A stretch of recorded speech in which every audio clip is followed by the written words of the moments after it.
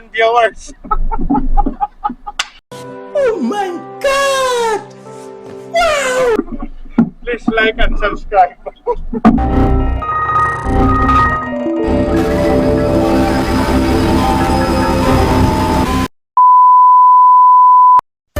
Wala kami magawa kaya naisipan namin i-vlog kung paano kami naghahanda at kung paano namin dinisin ang salamin sa Ermacao Building. Kaya ito na, let's go! Ganyan nga palang itsura namin kapag naglilinis kami, o diba? Mukha kami mga ninja. Yan, kaya ready na kami ng mga paraphernalia, ang gloves, ang safety belt, ang tubig, at kailangan siguraduhin nakatali ang supporting lubid sa leeg. Sa likod ng kasama pala. Ayan, napaka-sweet naman ni Papa Undoy. Uy, bromance. Idodor ka din. Uy. Gago! Tapos ayan, ire-ready na namin ang machine. Ipopresto na namin kung saan kami maglilinis na tapat. Ito na yung pinaka-exciting part. Uy, nakakakilig. Parang gusto ko nang bumaba. Kita niyo naman, si Papa Undoy, maigpit ang kape sa lubid na sa bakal.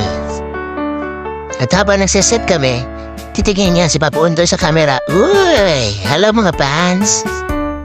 At ayun na, nakapresto na kami sa tapat na labas ng building. Diyos ko po, Rude! Ang taas! Sarap tuwing! Lipad ako tuwing! At syempre, titingin doon yan sa camera. Uy, hello mga fans! Oops, teka, bigla siya may nakita.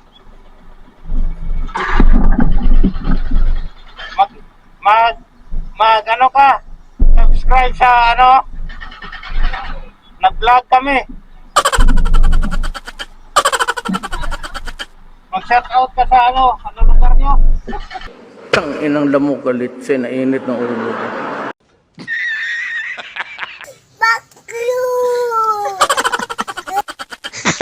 Nakuha mo, tawag ka ng tawag eh.